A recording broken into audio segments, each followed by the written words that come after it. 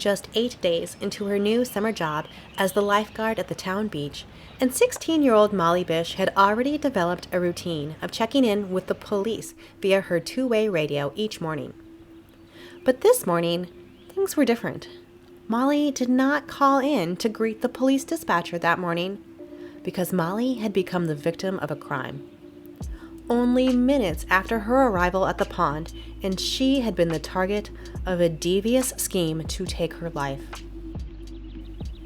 In spite of her missed regular communication with law enforcement, Molly's absence from the pond that morning went undetected and ignored for several hours, which is unfortunate because in a brazen and likely well-planned-out move, someone had abducted Molly Bish in broad daylight and only minutes before swimmers arrived for their very first day of swimming lessons. Very little evidence of what actually happened exists, but assaulted and murdered, Molly never returned. Nearly 3 years passed before her remains were found, scattered and incomplete in nearby woods. In the more than 20 years since Molly's kidnapping and murder, there have been many terrible characters explored as suspects in her case. In recent years, police have named a new person of interest, but announced last summer that they had been ruled out by DNA. Where will investigators turn now? How can they answer the question, who killed teen lifeguard Molly Bish?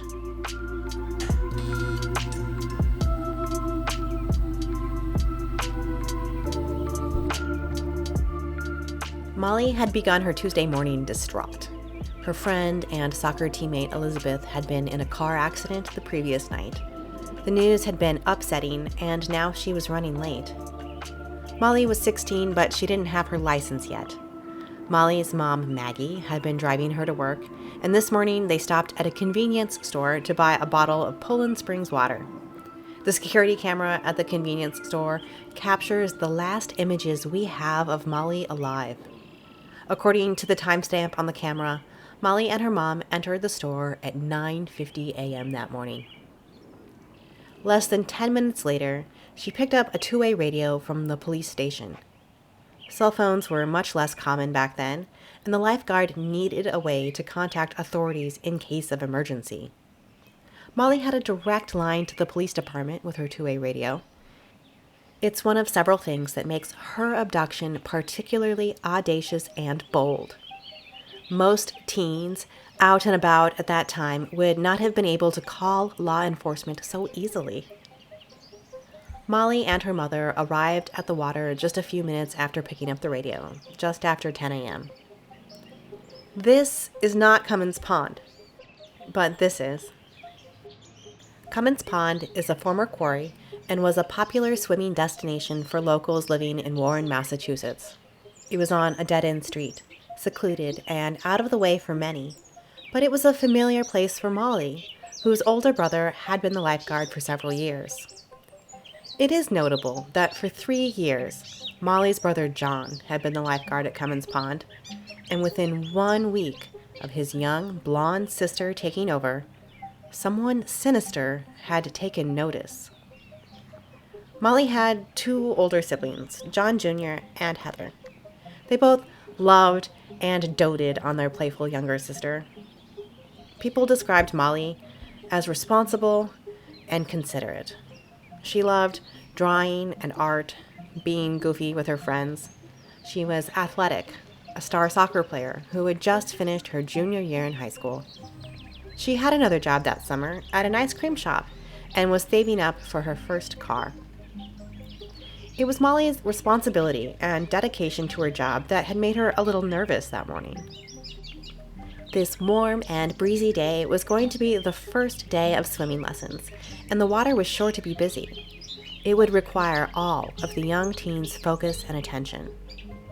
But as families and swimmers arrived at 20 minutes past 10 o'clock, there was no lifeguard. Not even half an hour had elapsed since Molly's mother had dropped her off. It's another aspect of this case that makes Molly's abduction unique. Molly had been running late, and swimmers were due to arrive soon. With such a narrow window, a kidnapper risked being seen or caught. However, he was not, and subsequently, Molly was taken. Parents who arrived that morning were concerned. All of the lifeguard's belongings were there, but there was no one to watch over the swimmers. While this might have caused immediate alarm for some, in the confusion and chaos of the very first day of swimming lessons, no one took immediate action. Another hour would pass before someone called the Parks Commissioner to complain. Parks Commissioner Ed Fett arrived at the beach sometime after 11, and finding the scene suspicious, used Molly's radio to call the police. Distressed when they didn't come to the pond immediately, Fett drove his car to the police station to retrieve help. Authorities arrived at Cummins Pond just before noon to find all of Molly's things arranged neatly. Her towel was draped over the back of her chair, her flip-flops set out in front of it with that Poland Springs water bottle nearby. She had put down her backpack on a nearby bench. Other than the first aid kit, nothing was amiss. Molly's first aid kit lay open near the chair. Had Molly's abductor used a weapon or the false pretenses of an injury to lure her into his control? Molly Bish, Molly's mom, was notified about her missing daughter at about 1 p.m., and she was immediately concerned. Maggie picked up Molly's siblings, Heather and John Jr., and they all rushed to the pond. At first, authorities on the scene assumed that the new lifeguard must have drowned. This was obviously an upsetting idea for the family, especially her older brother, John Jr., who had trained her as a lifeguard. Panicked and worried, John Jr. spent 2 hours diving into the water at Cummins Pond that afternoon, looking for her. Finally, he gave up, exhausted, and sat back to watch as the professional divers took over. Even though he had searched the cloudy water in a panic, John Jr. was still skeptical that Molly had drowned. She had been a strong swimmer, at the top of her certification class. Area dive teams searched the pond for the rest of the day and turned up no evidence of Molly. But the water was muddy and visibility was poor. Perhaps she was out with friends, police wondered. The family tracked down Molly's boyfriend and closest friends who hadn't seen the teen. Besides, responsible Molly would not have left her lifeguard post just to hang out with friends, her parents insisted. While that may have been typical teenage behavior, it was not typical of Molly. Additionally, they pointed out, if she were just off with friends, why were her sandals left behind? In the podcast Catch My Killer, Molly's sister Heather says that Molly wasn't the type of person to walk around without her shoes on. She explains how Molly didn't like the feeling of things squishing beneath her feet. Heather insists that Molly would never have gone anywhere barefoot voluntarily. Wherever she went, it was against her will. Search dogs were led through the surrounding woods, and a police helicopter with infrared technology flew in the air until dark. As the sun set, a haunting realization snuck up on the family and the community. Molly was really gone. In light of all that had happened and the seriously scary thoughts invading her mind now, Molly's mom thought back to the previous day, the morning before Molly's mysterious disappearance. On Monday, when Maggie had arrived to drop Molly off at work, there had been a man smoking a cigarette in a white car.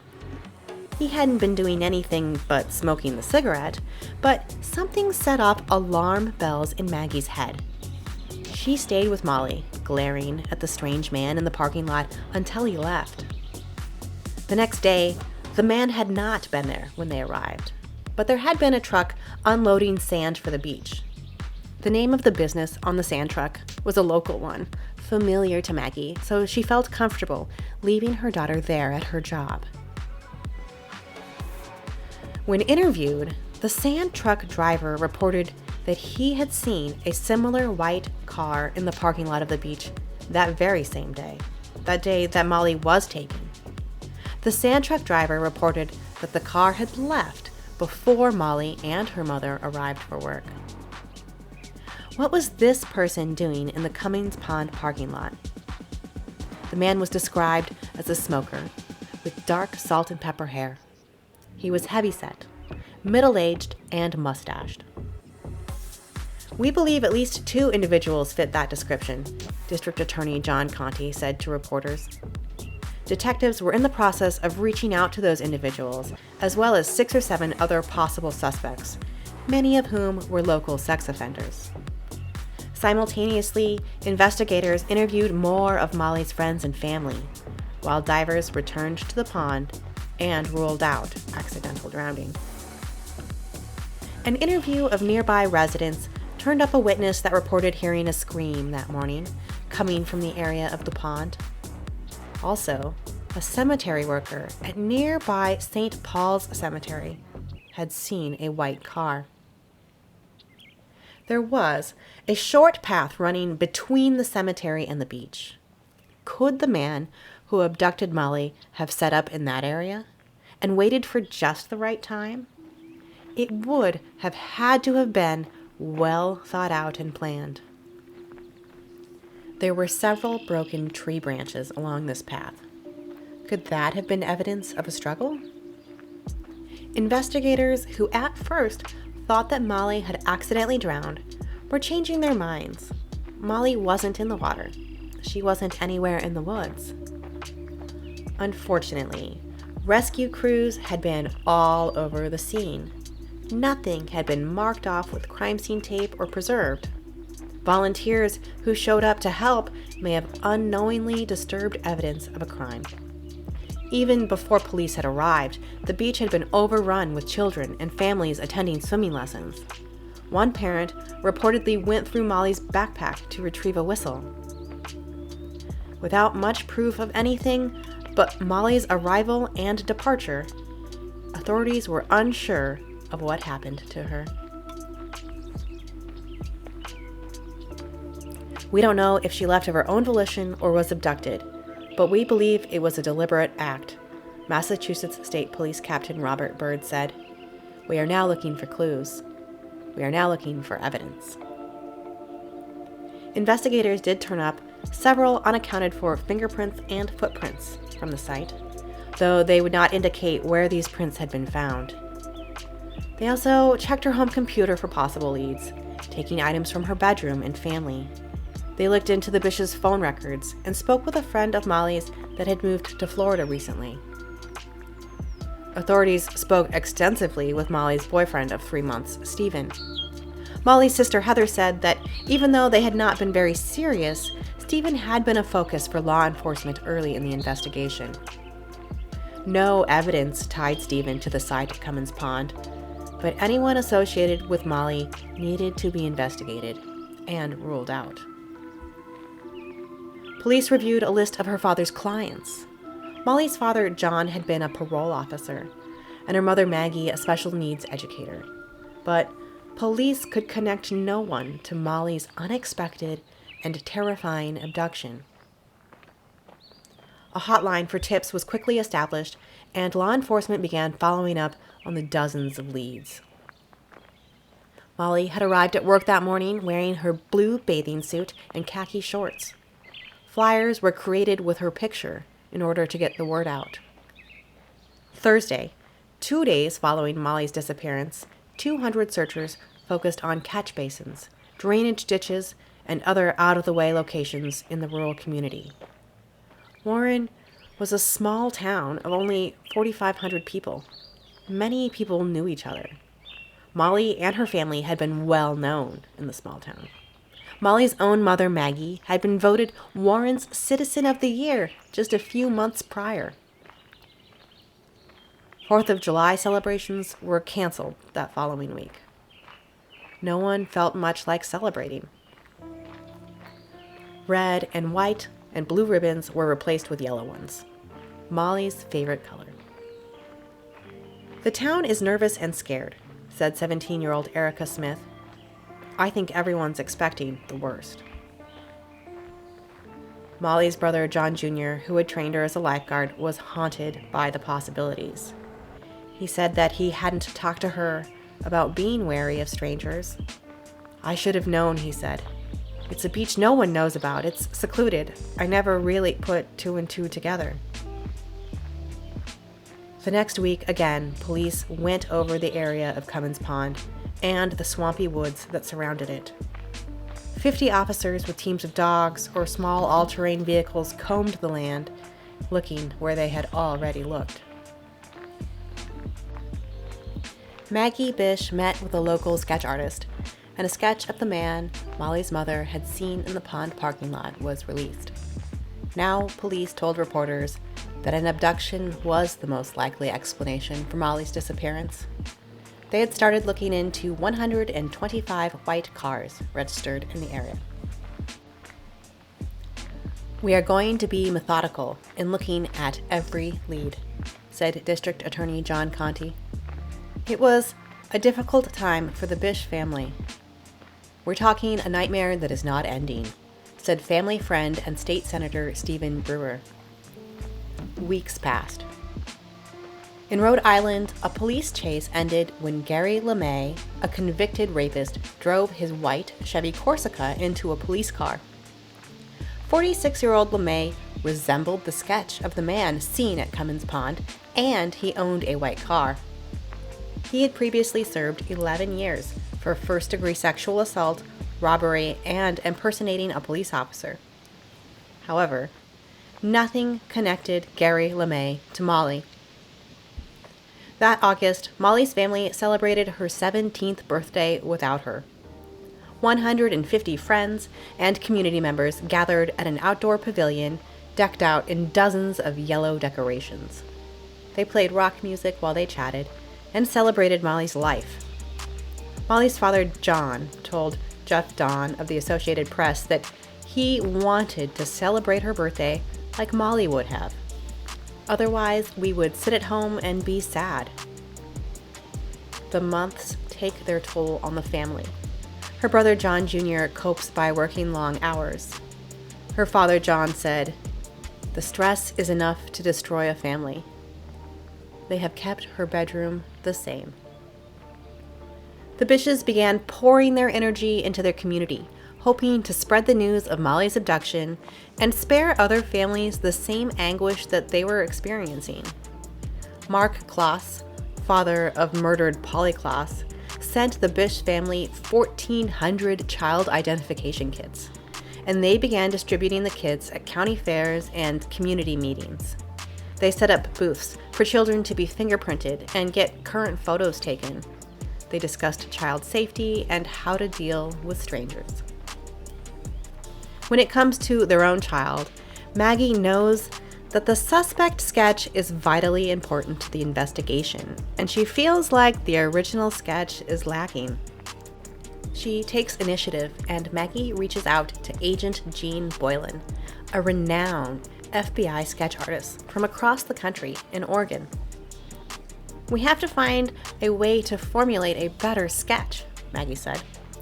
"A mother's loss of a child is the worst loss. It's the hardest. You feel such immense sadness that one could melt away." In a huge boost of publicity, Molly's case is featured on popular television shows Unsolved Mysteries and America's Most Wanted.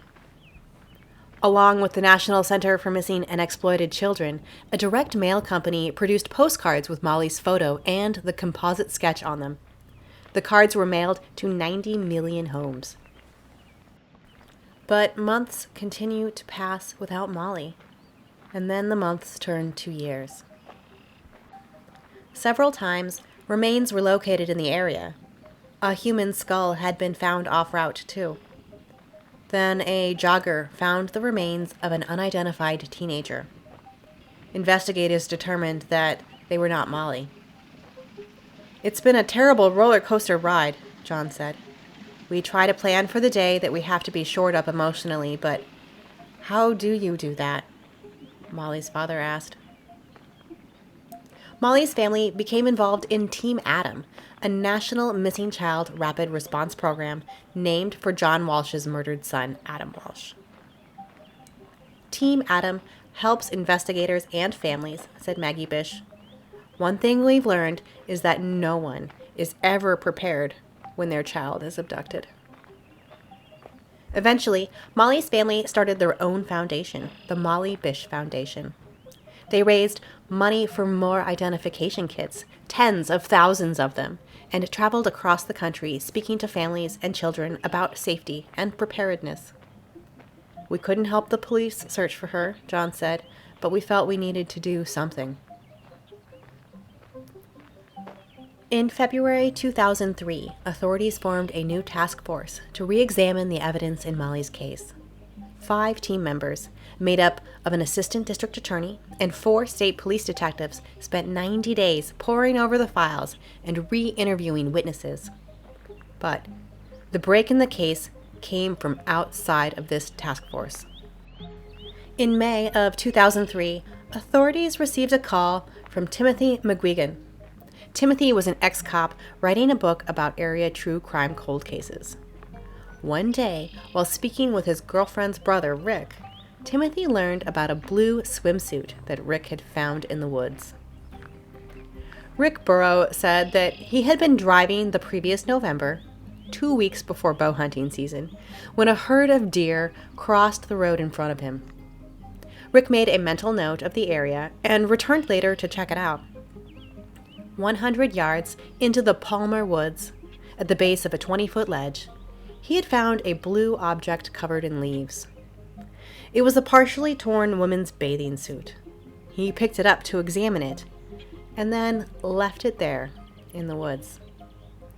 Even though Rick knew about missing lifeguard Molly Bish, he did not think of her when he found her swimsuit. Rick had a button with Molly's picture pinned up in his car. But this swimsuit was blue. It wasn't red or orange like Rick assumed a lifeguard would wear.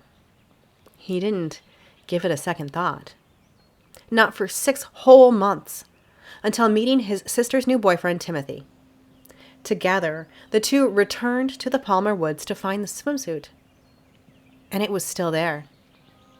The blue swimsuit was missing the crotch, which appeared to have been ripped out.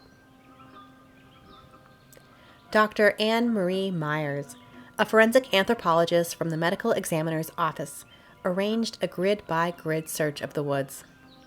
Hundreds of police recruits, along with cadaver dogs, scoured an area known as Whiskey Hill for more clues. Police had previously searched a small part of these woods during their initial investigation, but nothing had been found. This time, it would be different. First, they recovered an arm bone, identified by a doctor on site as coming from a person between the ages of 14 and 20. It had been found 500 feet from the location of the suit. Now that they had discovered a bone, any civilian searches were sent home. It was not long before more bones turned up. Over the course of many days, they found 26 in all. Finally, on June 9th, a skull was found. 5 days later, they announced that the remains had been identified as Molly. When her mother, Maggie, spoke with reporters, she said, "We are extremely saddened. The depth of our sadness, no family should have to endure. No one wants to bring a child home bone by bone." District Attorney John Conti said, "It's going to be very, very difficult at this time to establish a cause of death. The material that we found indicated no blunt trauma, no bullet wounds, or anything of that nature." The discovery of Molly's remains at this location reinforced the theory that the killer had been local, familiar with the isolated beach that she had been taken from and the Palmer Woods where she had been buried. Investigators believed that the woods where she was found was likely the location of her murder, and they believed that she had been buried in a shallow grave before her bones had been scattered by animals. Attorney Conti said that investigators would revisit suspects identified earlier. 11 people had failed a lie detector test. Several hundred new leads had also been generated with the recent publicity and discovery of her remains. "It's a frustrating case," said State Police Colonel Thomas Foley. "It has been for everybody." However, the colonel was holding out hope that something in the Palmer Woods would lead them to Molly's killer. There's still work to be done. For 4 weeks, police searched 55 more acres of rugged woods, collecting trash and items that may have been linked to the crime scene. However, after several years of exposure to the elements, the rain, wind, and temperature, it could have degraded any DNA once left on these items. Still, police investigators spent many hours sifting through evidence, and they also began collecting DNA from suspects and men in the community. That August, when police released the bones to the family, they planned a ceremony for Molly's 20th birthday. Molly was laid to rest with her prom dress, her favorite stuffed animals, and notes from her family and friends. Hundreds gathered for a celebration of her life. They talked, laughed, and listened to Molly's favorite music. A video presentation included poems from Molly's friends and recollections of fun memories. The following year, in the spring of 2004, a special grand jury was convened to look into Molly's death and all of the evidence that had been collected. DA John Conte called it an important step forward. But while the grand jury listened to more than 250 witnesses and examined 70 pieces of evidence, they did not come to any actionable conclusion in Molly's case. Like the police, who had fielded more than 7,000 leads, no one suspect stood out as the perpetrator. Molly's case is still an unsolved and open investigation, so investigators have kept much of this evidence and their theories private.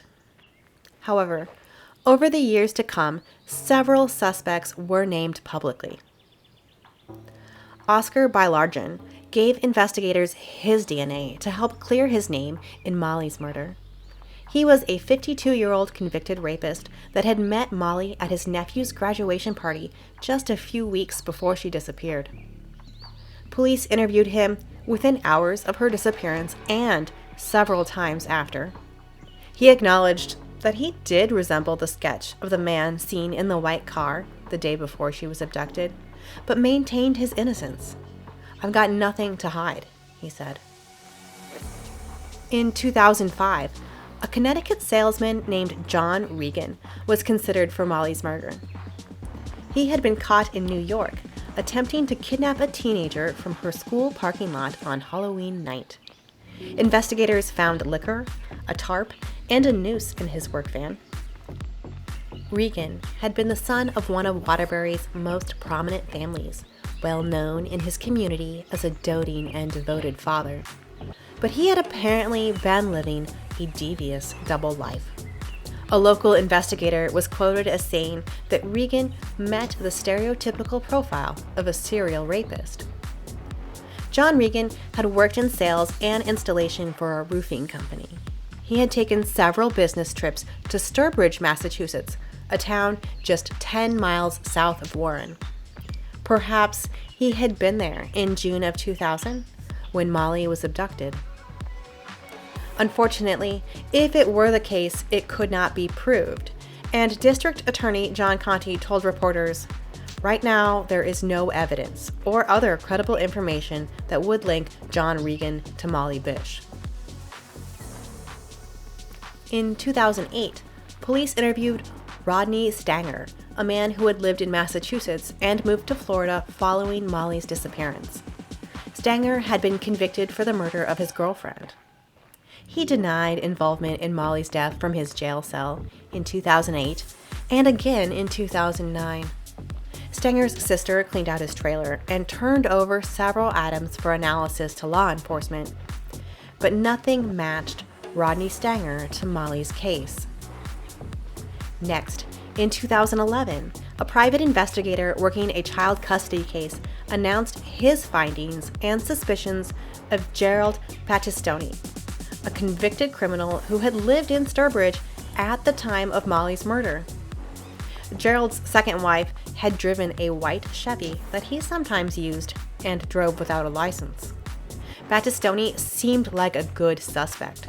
He smoked cigarettes, had displayed an interest in young teens, and some thought he resembled the sketch of the man Maggie had seen in the parking lot the day before Molly's abduction. However, Massachusetts authorities declined to discuss the possibility of Mr. Battistoni's involvement in Molly's case. Finally, in 2021, 21 years following Molly's kidnapping and murder, police announced that they had a suspect. Authorities named Francis Frank Sumner Sr. as a person of interest in Molly's murder. Frank had come to investigators' attention following a tip. He had died in 2016, but lived approximately 20 minutes away from Warren in the town of Spencer before his death. Frank Sumner had previously been convicted of kidnapping and raping a 21-year-old woman who had visited his auto shop to get her car fixed in 1981. Frank had lured the young woman away from the auto shop to a nearby apartment where, according to court records, he choked and raped her. Heather Bish, Molly's sister, told 5 Investigates' Kathy Curran that she hoped that this new suspect would be the break that brings her family justice and some sense of peace. She said, "I hope that we're getting closer, and I hope that we're coming to an end to this really, really tragic story." But unfortunately, more than a year later, in July of 2022, it was announced that DNA couldn't confirm Sumner as Molly's killer. In fact, the DNA taken from Sumner's son was not a match for the evidence that they have to compare it to.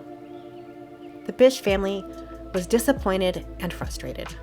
Heather Bish told NBC Boston that police continue to conduct tests and look into Sumner, but they won't tell her why. She says, "It's very difficult to navigate, and I'm disappointed in the Worcester County District Attorney and State Police because it's hard for us to understand why they feel so strongly about this particular person without any further reasoning. I don't even get the privilege of knowing what kind of DNA tests are being done. Instead, they tell me they can't tell me about DNA. And that's been really hard." Heather believes that the police have retrieved DNA from cigarette butts from the parking lot of the beach, but she doesn't know this for sure. The presumption is, then, that the known suspects or their families have been tested against this DNA, and there is no match at all, yet. No matches, and no more suspects to match it to, for now. Heather is an advocate for using familial DNA to solve crimes and often discusses a possible future where genetic genealogy solves this case. A bill going through the Massachusetts Senate right now could change the way law enforcement can check DNA for matches. Currently, they can compare their DNA sample to other felons' DNA in the CODIS database. But with familial DNA, law enforcement could determine if their sample was a partial match to a felon, meaning that the perpetrator was part of that felon's family. In several other states, genetic genealogists are using DNA of current CODIS felons and their family trees to find additional criminals, solving crimes that might otherwise go unsolved. Heather points out that it's never convicted anyone wrongfully, and in fact, the Innocence Project in Michigan uses it to exonerate people. Bill S. 1595 would add cutting-edge technology to the crime-solving toolbox of state law enforcement, if passed. Massachusetts state residents can call or write their local legislators and ask them to support this bill. Legislation is slow, but maybe soon they can use familial DNA to answer the question, who killed Molly Bish?